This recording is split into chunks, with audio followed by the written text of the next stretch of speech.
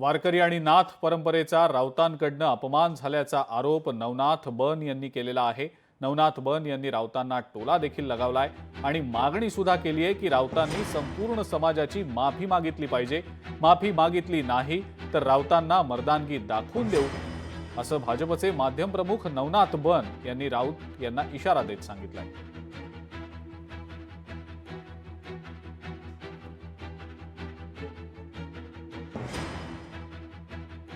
भारतीय जनता पार्टीच्या नेत्यांनी स्वातंत्र्यवीर सावरकरांचं साहित्य वाचावं असा सल्ला संजय राऊत यांनी दिलाय।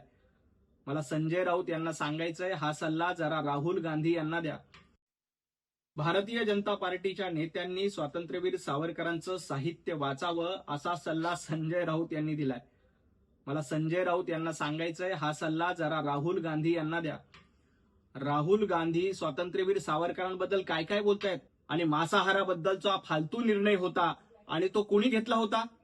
शरद पवार मुख्यमंत्री असताना त्यांच्या कारकिर्दीत या निर्णयाची अंमलबजावणी झाली, त्यामुळे हा फालतू निर्णय का लागू केला याचं उत्तर संजय राऊत यांनी शरद पवार यांच्याकडून घ्यावं।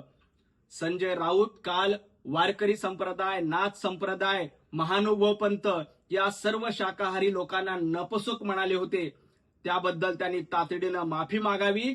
त्यांनी इकडच्या तिकडच्या गोष्टी न करता आधी संपूर्ण नाथ संप्रदायाची, वारकरी संप्रदायाची, भागवत धर्माची माफी मागितली पाहिजे। छत्रपती शिवाजी महाराज युद्धावर गेले, ते काय वरण भात तूप खाऊन त्यांचे मावळे लढत होते का? ते मांसाहारच करत होते चांगल्या प्रमाणात।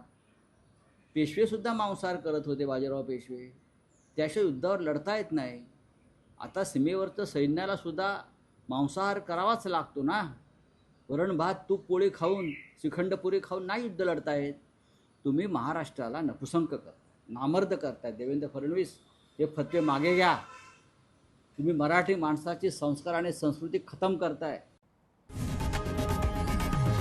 लोकशाही मराठी ऐका, पहा, जागरूक रहा।